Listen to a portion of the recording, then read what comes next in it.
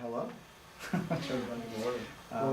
thought we'd get together and maybe talk a little bit about leadership and kind of what you think about being a leader and what you've learned about leadership, not just in school, but also in some of your daily activities. So if you wake up in the morning and someone said to you, the thing that defines a leadership to me, or how I know that someone's a leader, what would you say? What jumps out of your mind when you say that? What makes a leader? I think someone that just inspires someone to do something, whether it be for the good or the bad. We learned in our leadership class that almost anybody can be a leader just in whatever they do by making a difference, I guess. But a good leader to me would just be someone that really encourages and is positive and helps others reach a goal that they have in mind. Integrity, while if no one is looking, having integrity, and then if everyone is looking. So it's leading yourself with integrity as well as leading a group of people with integrity. I would consider a leader somebody that positively influences another person, if not many people. You know, you're not necessarily born a leader, you can become a leader over time, and so it's interesting, different people take different skills and qualities they have and use that to lead a group or oneself through the process. I think the idea that you can become a leader is really, motivating for, everyone. There's no really one single definition you can put on leadership. There's so many characteristics, so many differences across industries, across teamwork, from school out into the business world, that leadership is so different. But I believe one of the main things about leadership is being able to create synergy, which is being able to have everyone work together and the final product is something better than what each individual person could do alone. How many different forms leadership takes. Leadership, is so many different things, whether it's leadership of an organization, of a, team, a group of people in the home.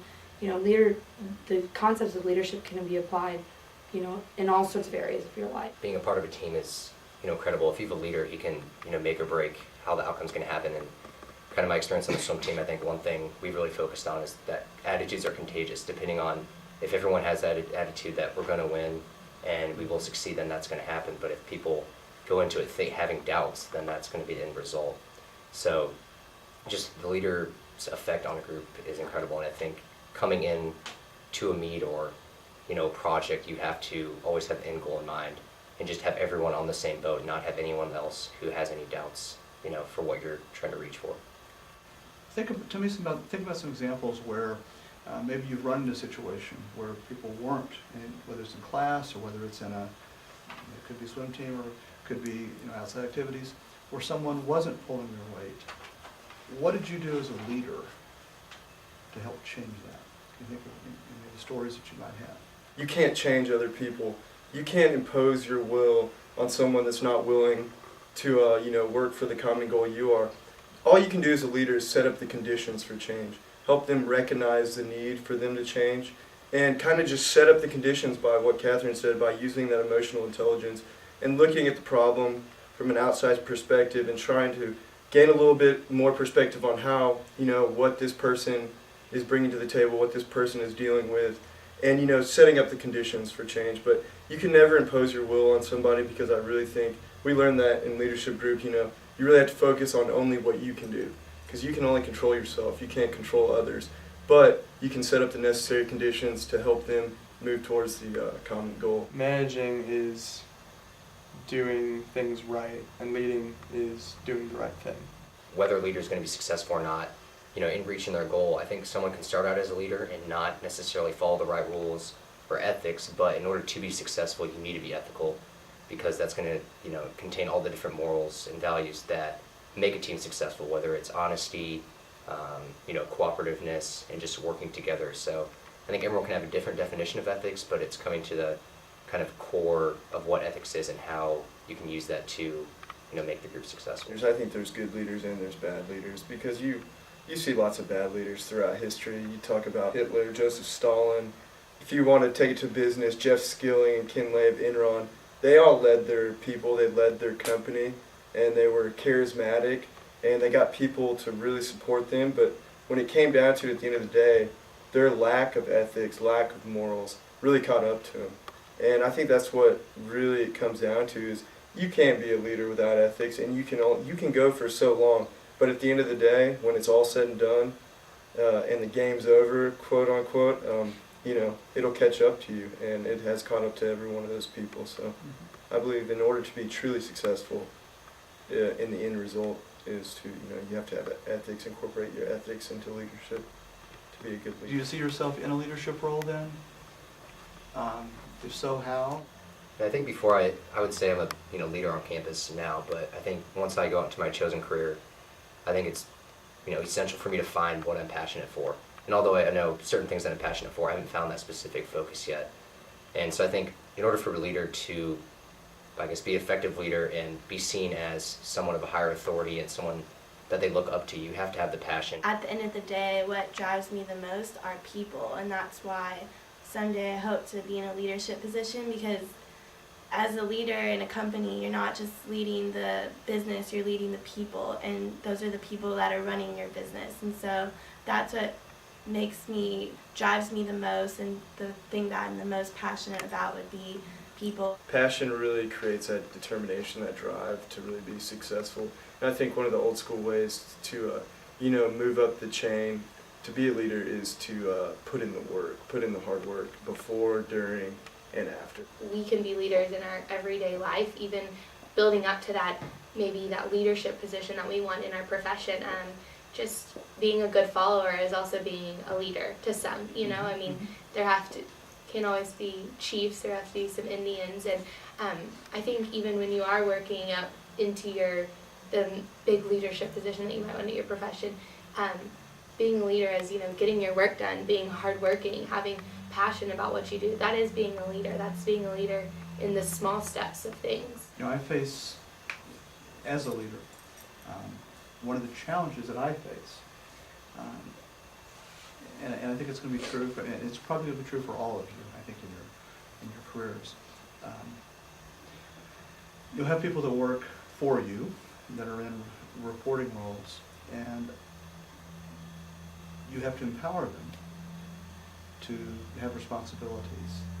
And often you'll look at what they're doing and you say, I think there's a better way to do this. And you in your mind, or you think you could do it better than they're doing it. What do you do about that? That's I'd say it's a very difficult situation, because you want to be able to show the person respect. You want to be able to have them still respect you through you respecting them. So in a situation where you think something could be done better, I think it's best to first say, this is what you're doing really well, but this is something that I think you could probably improve a little bit, because you don't want to just completely break somebody down and say, well, this paper or this memo that you wrote is completely terrible. Have something that says, I really loved this part of the memo and the introduction and the conclusion, but the body could use a little work. I feel like people will be a lot more conducive to you if you are complimenting, yet also giving constructive criticism. Okay, maybe I don't think they're doing this report right, or they could do it better. Is that an objective or a subjective opinion? Is that objectively, yes, this could be done faster and it would produce a better result and be, more universally understood by everyone? Or is it, well, I was in their position 5 years ago and I did the report like this, and that just worked so well for me, and I feel like that's how they should be doing it too. So it's, what is the true value of it? Is it really a better way of doing it, or is it my opinion that this is a better way of doing it? I think setting high standards. If you know that your company's working at an A- level, they're doing a great job, but you have an idea, or we could be working at an A level, you really have to communicate those high standards and set those high standards and really communicate them to everyone in the team. Let's think for a minute about outside of TCU. As you've learned about business in America and the world, United States and the world, are leaders being effective, both in the business world, the political world? How do you grade leadership that you've studied, learned about, maybe that you've seen? How would you grade us in that real world outside? Our generation really needs to step up and create some leadership, because if you think about all the fraud and all the scandals that have happened lately, I mean, that comes from leaders not doing the right thing, or they did know Bernie Madoff, he was a leader to all the people's money he had, and the people, they didn't know, but he knew, and he led them to destruction. And I think that is why soft skills are so important now, and ethics in our business school, and teaching leadership skills, because it's not the technical skills that are going to get you far in life, I don't think. I think it's your soft skills and your integrity and your leadership and your ethics. Part of a leader, in my opinion, part of our goal is to develop more leaders, to pass on. We've learned all these things in Next Gen, we're learning them in the world, we'll learn more when we get in the workforce. Like, okay, what am I going to do with that knowledge? Am I just going to, pent it up inside, or am I going to share that with people? In my opinion, a leader wants to leave somewhere and know that it's going to be better off when they leave. I think being significant success, they can come at the same time, but a lot of the times they won't come at the same time. They can be two different things, because you might make a significant impact on your community, later on in my career, but whether I'm successful isn't going to come until later, because a lot of times results don't come until later. And that's why it's hard to work so hard, because you don't see that result right away.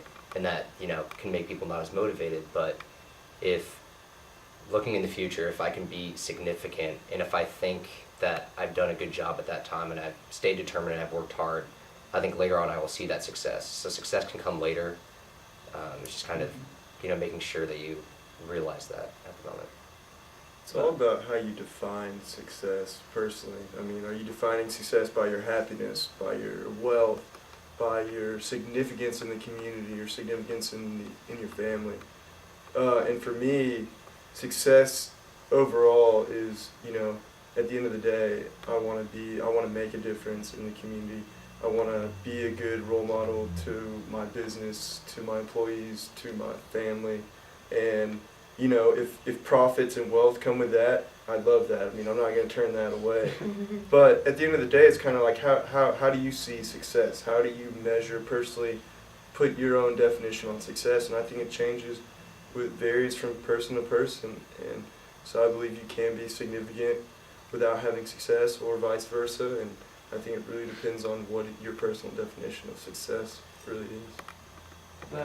That question really reminds me of conversation I had with one of my friends when I was graduating high school, and he's actually at TCU right now. I asked him what his main goal, or what he wants his legacy to be, and the question was along those lines. I don't know it for sure, but he told me that one thing that he wants to leave is someday he wants students to read about him in a textbook. He wants people to know about something that he accomplished to help people. And I'd never heard somebody say something like that before. A lot of people say, oh, I want to be a millionaire. I want to be the CEO of this corporation, or I want to break a world record, or be the best at this or this. No, he wants to be significant. He wants others to learn about something he did, learn from his decisions, and be better from it. And that was amazing to me.